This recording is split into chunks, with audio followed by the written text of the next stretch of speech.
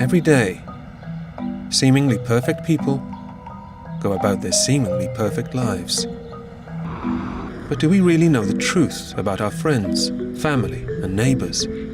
Behind closed doors, things aren't always quite what they appear. In fact, 1 in 200 people is a hoarder. Someone who can't stop collecting things, but can't bear to throw them away. And when it's taken to extremes, it ends up like this.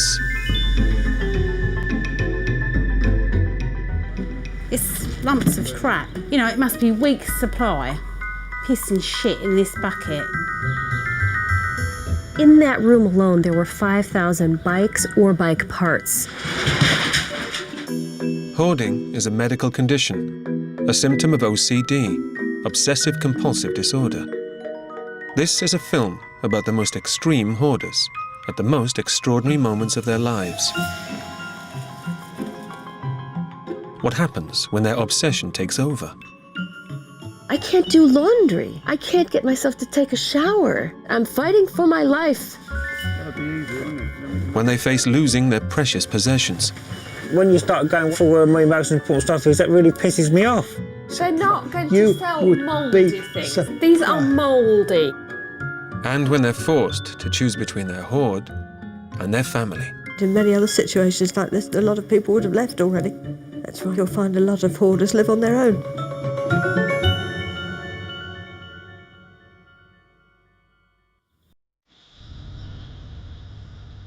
In Essex, England, on an ordinary street in an ordinary suburb, one house stands out from the rest.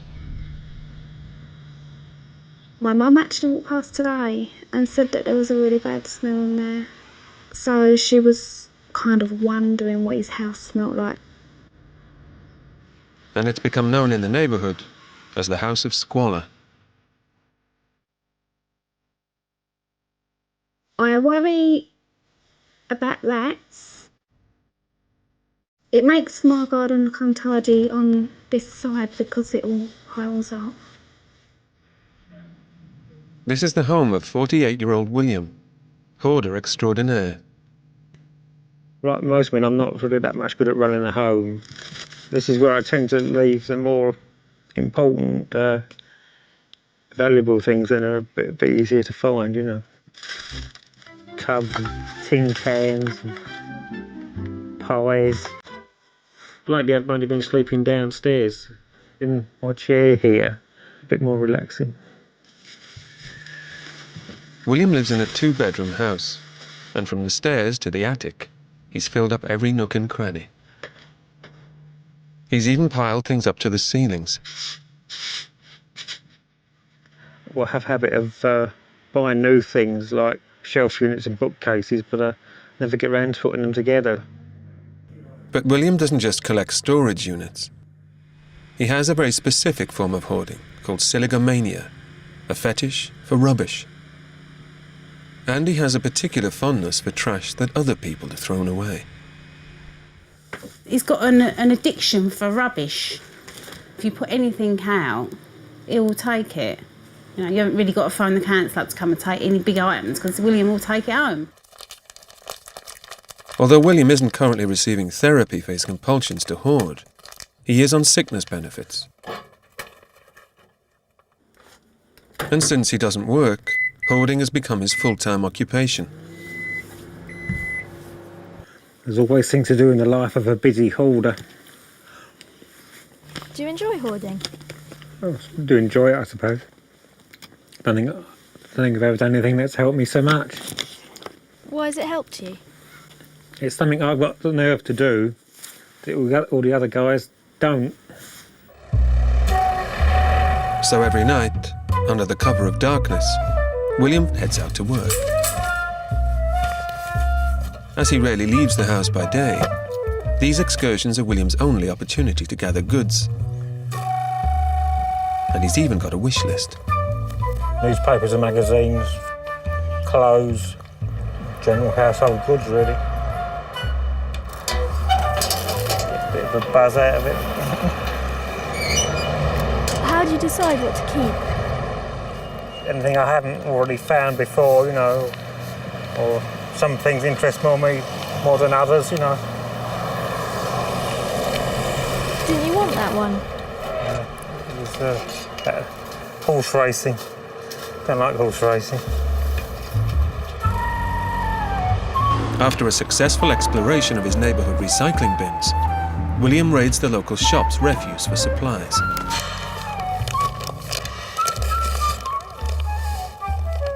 William, Sorry? where are you off to now? Back home. What did you find in the bag? I need some food. For William, his loot forms the basis of his daily diet.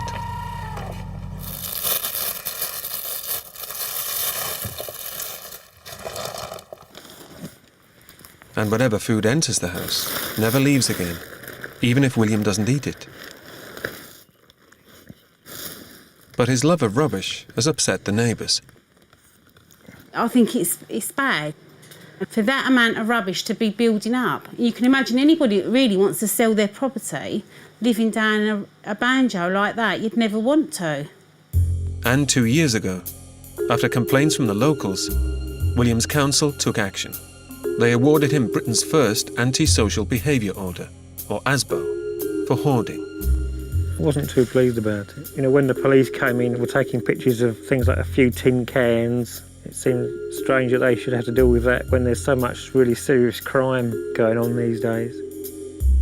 Armed with the ASBO, the council have been keeping a close eye on William. The ASBO prohibits him from accumulating waste on his property. But since he's broken it, William's about to face a hoarder's worst nightmare. His house will be raided and his beloved possessions dumped on the pavement in an enforced clear-out.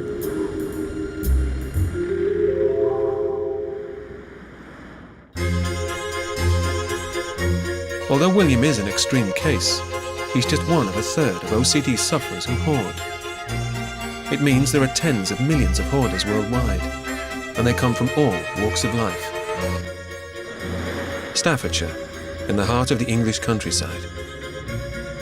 In one of its best-kept villages lives 65-year-old Roy, a retired accountant.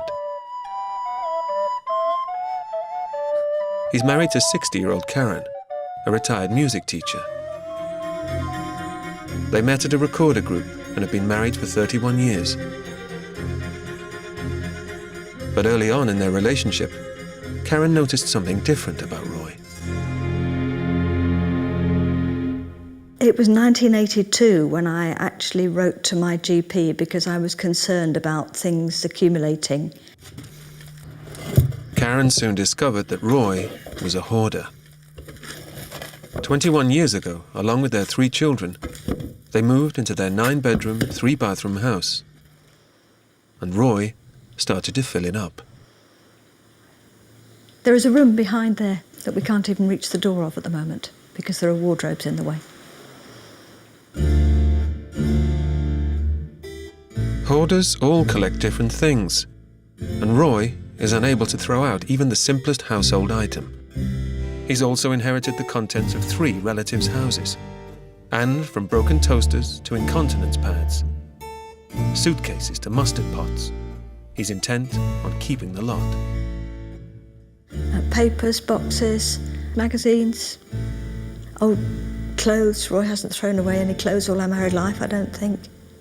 It's the brown khaki pair, which are perfect apart from one tear. But that is the only problem with that particular pair of very good trousers. And clothes is to be worn and repaired when they need repairing. Until they're worn out. When did you last discard to some the clothes? rag and bone man. We don't have rag and bone men these days. Roy has filled up 11 rooms, and he's even gone as far as swamping his side of the couple's bedroom.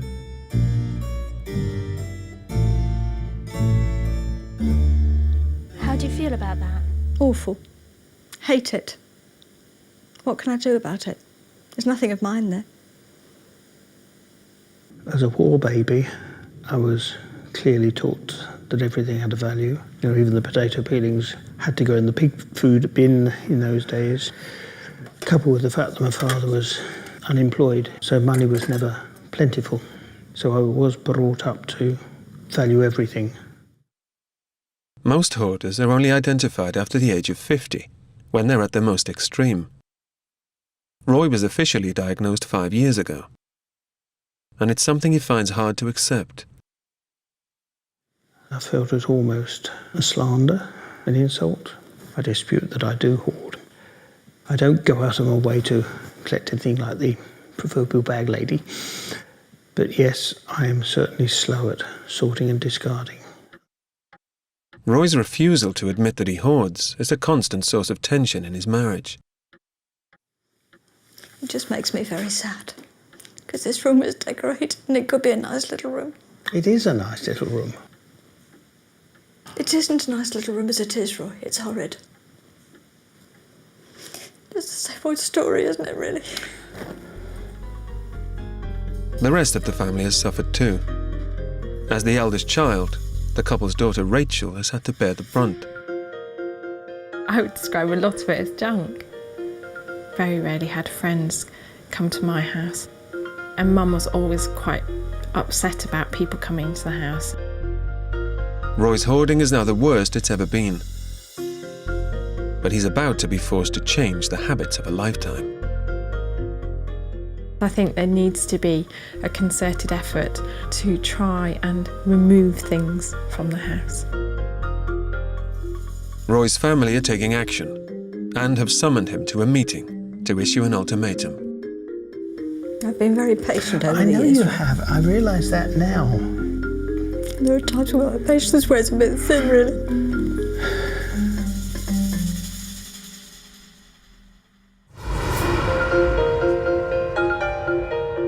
Compulsive hoarding is a form of OCD. 78-year-old divorcee Lloyd lives in South Central Los Angeles and was diagnosed 3 years ago. His hoarding is so extreme that he slept outside his house for 20 years because he couldn't get through the front door.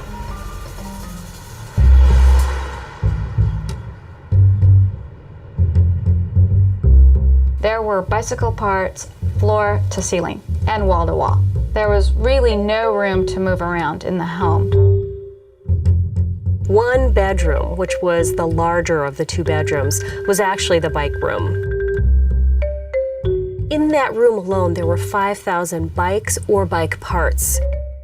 All sorts of wheels and seats and handlebars and pedals. Having anything in quantity appeals to me. It's sort of like in Monopoly. It's nice having a lot of the paper money.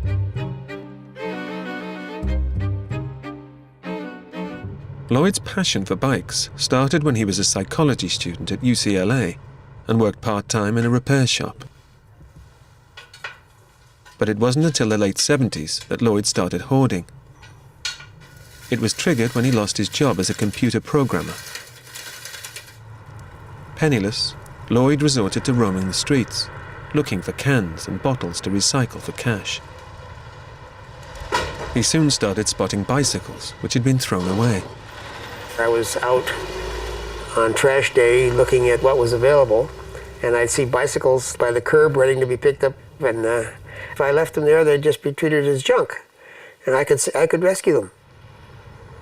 Lloyd was very isolated. The more that he collected, the less he could have people into his home. And once the isolation starts, you build relationships with stuff rather than people. For a hoarder, losing their possessions is a traumatic experience. But by 2003, the bikes had taken over Lloyd's yard and his house. LA County officials had cleared him out twice. But each time, Lloyd had started collecting again. He was high on their blacklist. His property had accumulated more stuff on it again. The departments were very frustrated. They didn't know what to do. They had 18 charges against me. To me, it seemed ridiculous. It might be a law, it's a ridiculous law. Lloyd faced a tough decision: throw away his 5,000 bike parts or be sent to jail for a year. The judge, to impress upon me that he could send me to jail for it, he did put me in jail for part of a day. He said, next time you come, bring your Reeboks because you'll need them in jail.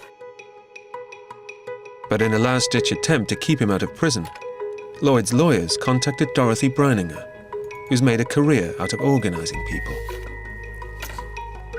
We organize people's lives, whether it's a closet, a corporation, files, or hoarding cases. She agreed to take Lloyd on and raised $50,000 from well-wishers to organise the ultimate clear-out. In order to not go to jail, Lloyd had to get his collection of bicycles to 15. Hi. On October 13th, 2003, Dorothy and her team descended on Lloyd's house for the most ambitious clear-out of her career.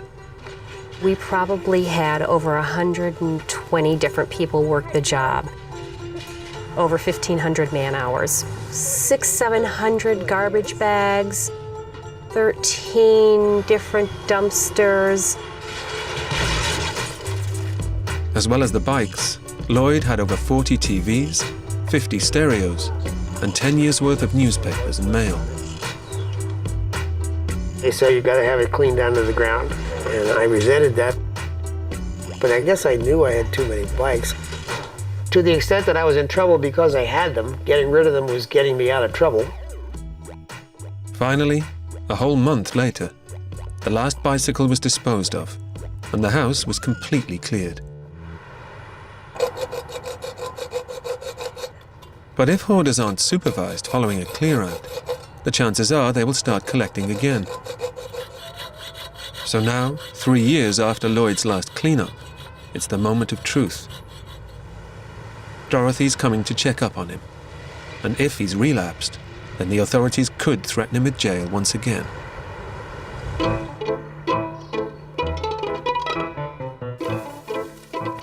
Essex, and William's preparing for a battle with the local council, who are threatening to clear him out of his hoard of household rubbish. Unlike Lloyd, he hasn't consented, but armed with an ASBO, the council are cracking down on him. So for the first time in a year, William's tidying up. Old food. What the council called food waste. Doesn't smell very nice. As a homeowner, William can't be evicted, but the council do have final say over what stays and what goes. It feels rather invasive. It does annoy me at times sort of being told what I can and can't have. At a huge cost to the council, a 5-man team has been drafted in. This is the 5th time that they visited William. Bill is a regular client of ours. And at the end of the day, it's the neighbours and the community around him who are suffering. You know, Bill's quite happy to live in squalor. Bill? Hi, fella, you all right? How's about next one? You started putting stuff back here. Although William is in good physical health, the team are concerned that his hoard is a health hazard. Look, you've got mice droppings there, but then you've got rat droppings there, Billy. Basically, I think we're at a stage here, Bill, to get it clean for you, that we've got to get all this out, mate. Being honest. Today is the first time that the council are attempting a complete clear-out of William's hoard. But for a hoarder, possessions are precious, even if they look like junk to other people. Billy, let them get them do it. They ain't throwing away, are they? Quick, salt through. Leave them do that, Bill. They're not going to throw it away. What annoys me is you always seem to go for where all the important stuff is. That's what annoys me. We've got to look at everything and make sure there's nothing in there. If there's nothing in there, I don't mind throwing away some old newspapers and stuff like that. And what else have food you thrown waste. away? But when you start going for where my most important stuff is, that really pisses me off. You're just making the job 10 times more difficult now. You got that pie. You got food waste down there. As far as I'm concerned, mate, this time it's got to be done top on. All right. 2 days later, and the council are still clearing out William's hoard. And it turns out that he's not just been collecting pies. Buried deep within his hoard lies a secret William's been trying to keep.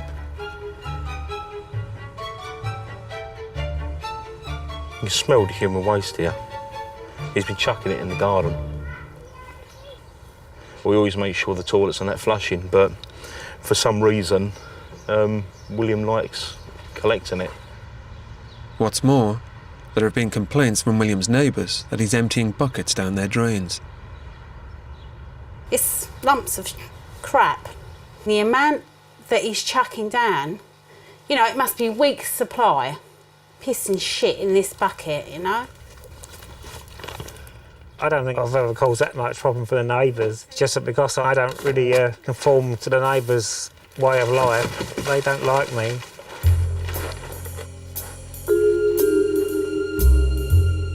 What was the we? They've just found some bottles of urine. Why do you keep it in bottles? Sometimes sort of stairs get a bit full up, you know, so it's a bit easier to use a bottle, you know. But the biggest discovery is in the garden shed. William has been hoarding his own faeces and storing it in paint pots. I didn't realise there was that amount of human waste in there. Bill does care. I think it'd be wrong to say that he doesn't, but he just cannot stop himself. They have taken buckets away. Does that bother you that people see that? Well, it's happened before, so... Is it just stuff that you haven't been able to get to the loo? Probably, yeah. It could have been in there perhaps a few years, 2 or 3 years, you know, or more. I do feel for him because he's obviously sick. He's obviously got something the matter with him, and it's not his fault because he actually needs the help and he's not getting it. William isn't currently under specialist psychiatric care. He's lived alone since his parents died. And although he did have a girlfriend in his 20s, he's been on his own since.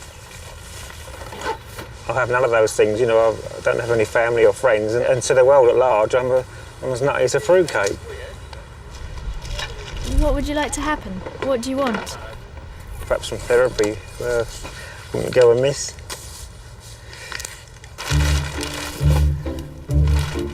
After 100 man-hours spread over 4 days, the team uncovered 20 bottles of urine and 10 tubs, or 100 litres, of excrement. In total, they removed 12 tonnes of waste.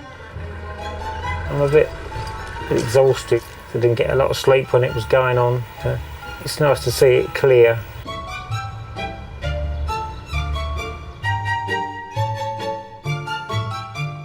I've improved.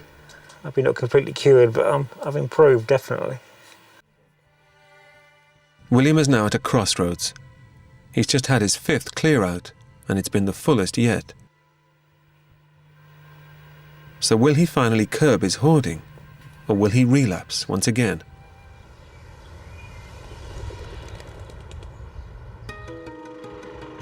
Staffordshire, England, and her family is in crisis. Karen's husband Roy is a hoarder in denial, who refuses to let her clear their 9-bedroom house. It's filled to the brim with his possessions. I still think it's a huge undertaking in timescale. But I just need the encouragement and not the grumble. An expression comes to mind. Oh, change the record. Karen has reached breaking point and has called in her local vicar for help. Inevitably, this situation will have affected their marriage because if you're aware of someone who does extreme hoarding, you live in a place which is just such a mess. I would suspect that Roy will always have the hoarding tendency within him. John has experience of staging meetings known as interventions, more commonly used for alcoholics and drug addicts.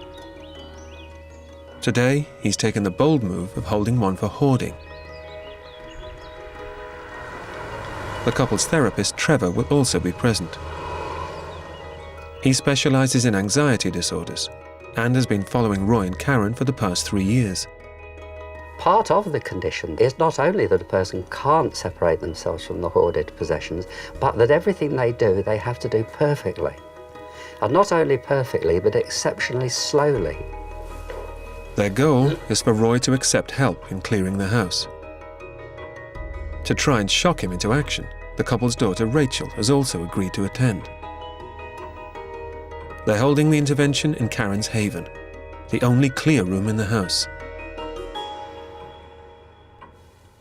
I feel helpless because Roy doesn't let me either help him or do the clearing myself. Do you not let her help? No, I wasn't aware that You weren't aware? That's Yeah, lack of trust. You just don't trust me, Roy. After all these years of our marriage, you still don't trust me.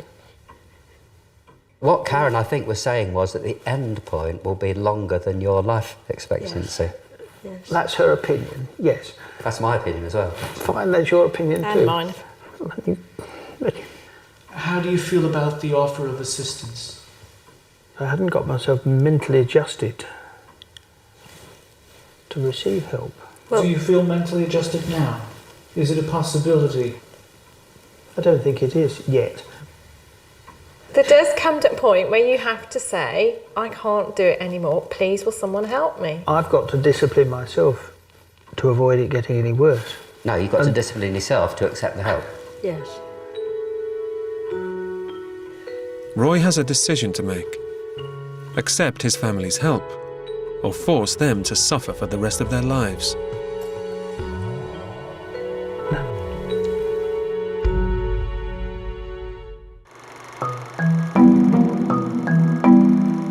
The first reported case of compulsive hoarding was in 1947, when the bodies of two brothers were discovered in New York City. Homer and Langley Collier died, trapped underneath their hoard, and 103 tons of rubbish was removed from their house. New York today. Just a few blocks away from the Collier's house lives 60-year-old Maureen, an out-of-work actress. Hello. Come on in. You have to squeeze a little bit, I'm afraid. Although she's had 2 long-term relationships, Maureen's lived alone in her 1-bedroom rented apartment for the past 17 years. And she's crammed it full to the brim, with piles reaching 5 feet high. To me, my place looks like a thrift shop where a bomb went off in it. Hoarding affects both men and women equally, though the reasons behind it and what they save are different for each person. For Maureen, clothes and bric-a-brac have a special place in her heart, and she spends her benefits of $1,200 a month on charity shop bargains. I couldn't resist this chair, and you can't even see it. It's a beautiful old rocking chair. It's almost as if it's a person and you're trying to save them from being destroyed on the street. Look at that beautiful lamp, and it's not like it's intricate work or anything, but it's just, look, somebody could use that. When I'm trying to think about throwing something out, it just feels so scary that I do not want to revisit it. But Maureen didn't always live like this. She was once a successful actress, appearing in over 100 plays and a dozen films. As a young girl, Maureen was always the center of attention. She was a cheerleader, she was in plays, she was bubbly, seemed like the happiest person alive. But, like 85% of hoarders, Maureen had a close relative who also collected. Everybody in my family, we just had a big mess in our house, just really a big mess. Because I think my mother also had a problem with it. Maureen was one of 5 children. Her father, an alcoholic, left home when she was 5, although he would often come back to visit his family. The sense of danger from growing up in an alcoholic family probably would be a very large factor. And in fact, the hoarding would be one way to kind of keep her life very narrow, almost like armor, a sense of safety around her. And when Maureen's mother died 6 years ago, her hoarding escalated. I think, in a way, I built a fortress around myself. I guess as a way to hold on to my mother. I felt safe there. It was as though I was in a little cave. Maureen has reached her lowest point. She's seen 13 different therapists, but nothing's helped. I feel despair, and because I so want to turn my life around. The only option left for Maureen is to confront her hoarding face on. Because she's so ashamed of her apartment, Maureen doesn't let her friends and family visit. But now, for the first time in 17 years, she's decided to invite her cousin Mary over. The thought of having my cousin Mary in here tomorrow is pretty daunting. I just have a dread of seeing her face when she walks in the door. Hi, Mary, it's Maureen. Guess what? It might horrify me that when I'm talking to her on the phone, this is what she's surrounded by. I can't put myself together. I can't do laundry. I can't get myself to take a shower. I'm fighting for my life. I'm fighting for my life. Maureen's hoarding has meant she's become increasingly isolated from her loved ones.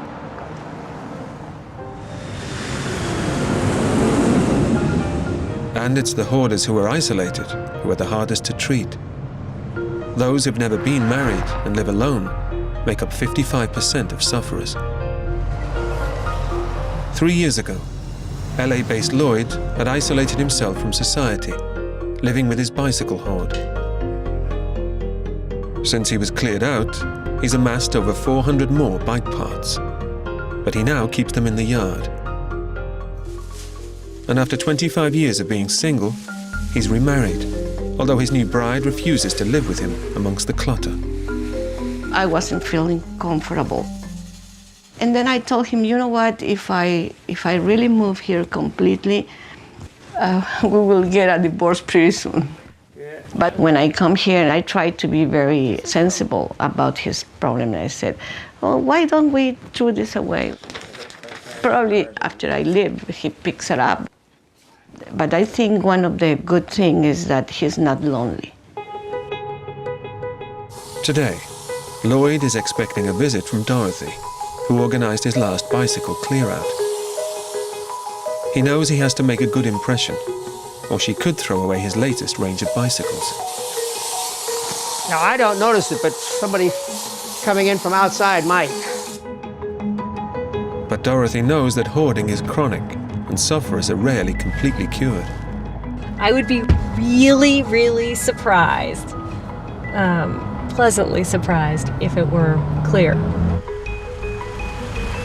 It's been over 6 months since Dorothy visited Lloyd's, and he'd agreed to a 15-bike allowance.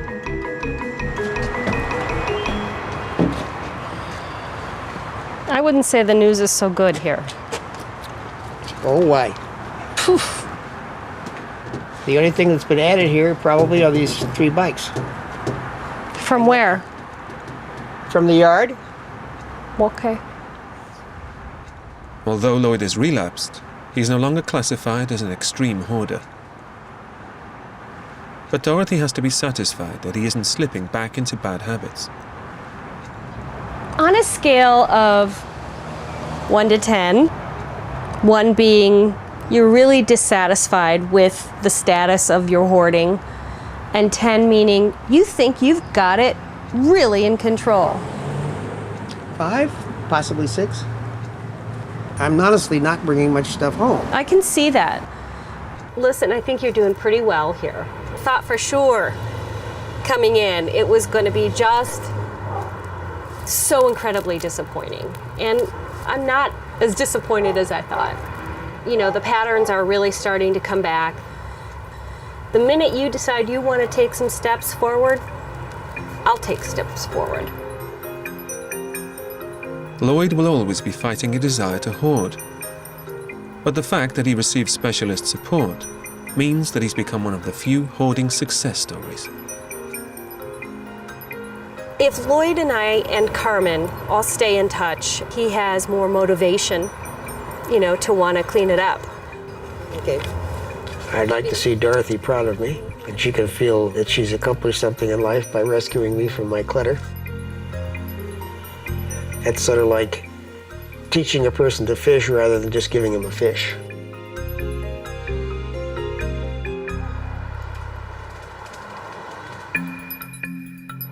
In New York, Maureen is also facing up to her hoarding and letting someone into her mess.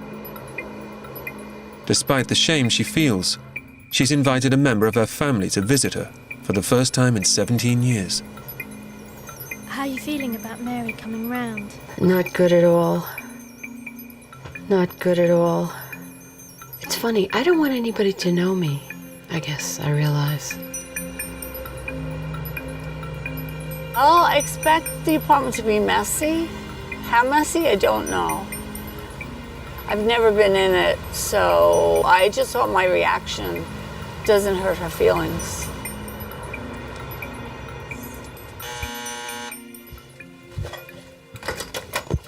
Hi, Mare. Come on in. You're gonna have to squeeze a little bit. Okay. Oh. Yeah. Okay. Sorry about that. Yeah. Can you? Yeah. Just push my tummy in a little. Okay. Hi. Hi. So.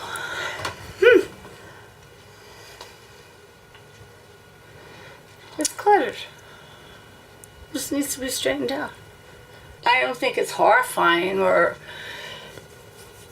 I still love you. It doesn't make any difference to me at all. So, hey.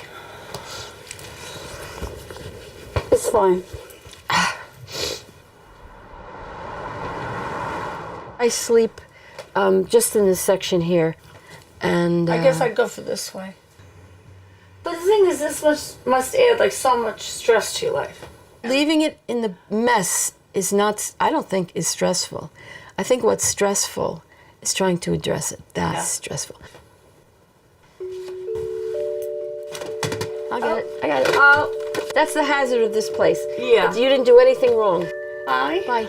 Thanks, Mia. I'll talk to you soon. Okay. Take care. Bye. Oh, brother. It makes me really sad. It makes me really sad. It took a lot for her to let me come over and see it. So I don't think any less of her at all. And I love her to death, I really do, but she really needs help. Maureen has made huge progress by letting her cousin in. But it's just the first leg of a long journey, and it may still be several years before she's able to get rid of all her things. I think I've really been broken, and the mending might be, it's kind of hard. But that was a big step, letting Mary in. Yeah. Aren't you proud of yourself? I am proud of myself.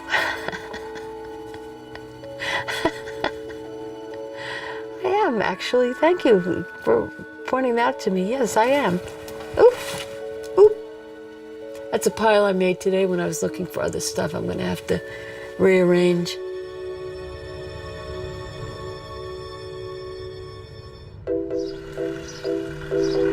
It's a week after Roy's intervention. Faced with an ultimatum from his family, he's reluctantly agreed to let his daughter Rachel help him clear his hoard. Fearing the worst, Karen's decided to stay out of it and left the house for the day. I think he thinks that Rachel's come today to help him, and I think Rachel has other ideas, and I think there could be a bit of conflict this afternoon, really. Rachel has chosen to empty one of the least cluttered rooms in the house, her old bedroom. 8 years ago, Roy filled it with his dead aunt's things. And even though many of them are worthless, he refuses to bin them. But he has agreed to sort them to sell. I'm hoping that in the next 24 hours there is virtually nothing left that is going to stay. Throw. What are they? They are packaging from Christmas puddings and syrup sponges and the like. That's what I rather Throw them in the bin. What's the trouble with Yeah, this? but Dad, you're wasting time. I'm not wasting time, but not anywhere near. Well, why? Just leave them there. No, not where I'm clearing. That can be thrown, surely. Rachel, please, Yeah, Dad, one job at a yeah. Stamps. By the trillion. Put them on the floor. Oh, don't mix. Don't, be careful. Damage the paintings here. Oh, it's going to be a long day. You'd be They're not going to sell mouldy things. These are mouldy. Nobody is going to sell something that is an environmental health hazard. He just gets very defensive, I suppose. He really has got the most compartmentalised brain, and if you try and change his train of thought, he just can't cope with it at all. After 8 hours of work, Roy's only made a dent in the room. So will he stick to the task and accept Rachel's help? Or, unable to conquer his demons, will he put his family's happiness on the line once again?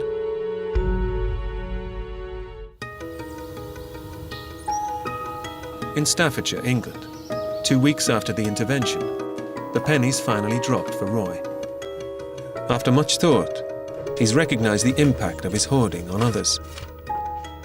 Having had my eyes open, as it were, where I hadn't previously realised just how antisocial, perhaps, what had seemed quite normal to me had become. Was it very hard? Yes, because it was changing a habit of a lifetime, you might say. Because of this breakthrough, Roy has taken the big step of allowing his daughter to clear her room. But with another 10 to empty, has his epiphany come too late for his wife, Karen? This is what I'm talking about. What's all this on the floor and this? That's what I'm working through, isn't it? Is it? Yes. I think bits of paper like this you could possibly entrust me to dispose of. For Roy, like other hoarders, things have always taken precedence over his relationships. And although he accepted his daughter's help, he still won't allow Karen to clear the house. This business of trust is the crux that I don't feel trusted. Just have to sit and tolerate it. No, you don't have to. I don't have any option.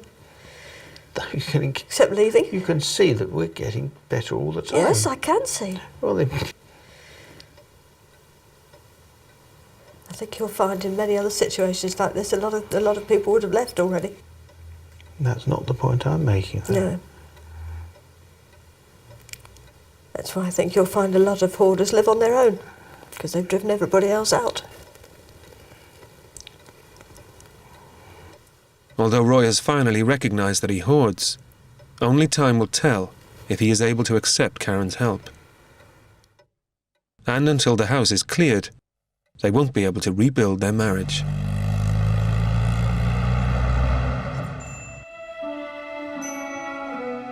Only 10% of hoarders ever come to the attention of the authorities, and they're unlikely to stop hoarding unless they receive expert help. It's been 8 weeks since William was cleared out by the council. He's already bringing other people's rubbish back in and remains unable to throw out any of his own. William's also become more isolated. He's only left his house once by day and has started hoarding his own waste again. What's in that? Something's gone off, I think. Have you been using it for the loo? Might have done. Doesn't bother you keeping it? Doesn't bother me, no. William has relapsed once again. But having an emptier house has brought back memories of when he moved there, aged 10. And he started to realise that his hoarding may well be connected to his family past. William was his parents' only child, and although they'd both been married before, he doesn't know any of his half-siblings. My father was something of an Alf Garnett sort of character, was something of a heavy drinker, was often violent towards both me and my mum. And I think that's probably had an effect on me. When his father died, William's relationship with his mother deteriorated, and his hoarding started in earnest. She sort of would go on about her first son from her first marriage, and now she should never have left him. So I suppose you could say that she filled me up with all her rubbish, so I've ended up filling her house up with rubbish. For 48-year-old William, things have replaced people. And as long as he lives on his own, hoarding will always be his way of life. I'm probably not in what most people would call a good position, being at my age. It might be a good idea perhaps to think about maybe getting back to work. That would be nice, I suppose. Or perhaps even find myself a partner, and perhaps some friends.